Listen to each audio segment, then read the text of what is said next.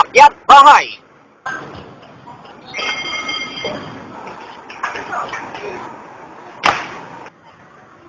Walang magawa.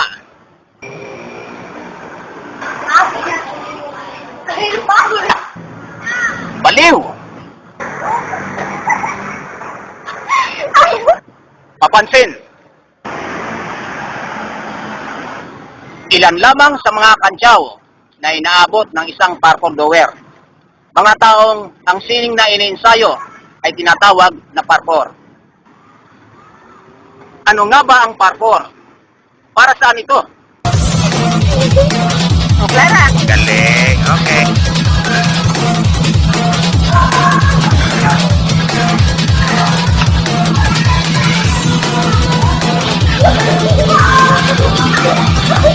Okay? Parkour is person. The natural way of moving. Ang parkour ay paraan ng pagpapahayag ng kahangahangang kakayahan ng katawan ng tao sa pagkilos o paggalaw.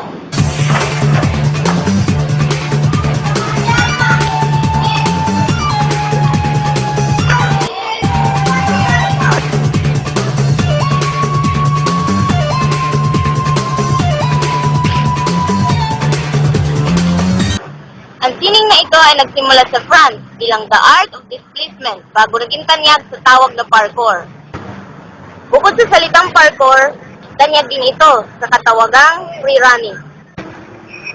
At dito sa Pilipinas, ito ay tinatawag na akyat kapit ng isang seryosong parkour practitioner sa katauhan ni Richard Rojas.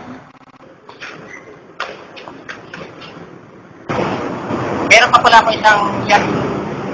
Ganda ko muna kasi malamig ako. Ganyan.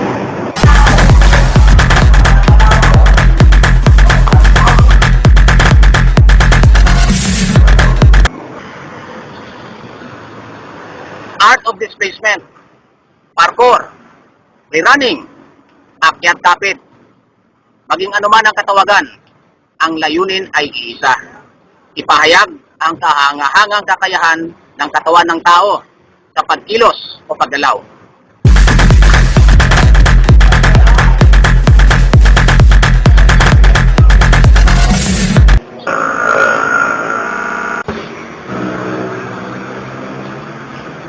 Ito ay entrance ng isang instruktora na binubuo ng relay, ramps, at mga baitang o steps.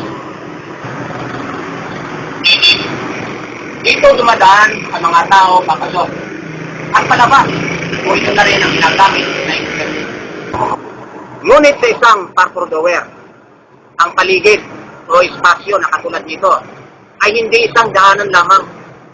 Ito ay angkop na disenyo para magamit sa pagpapayag ng kahangahangang kakayahan ng katawan ng tao sa pagkilos o paggalaw. Gamit ang paligid upang magsilbing balakid at hamon, sinasanay ng isang parkour doer ang sarili upang maging buo ang loob, paniskarte, at maging handa ang katawan sa pagharap sa mga totoong hamon sa buhay. Ang mga uri at bilang ng galaw ay nakadepende sa hangganan ng imahinasyon ng isang parkour doer.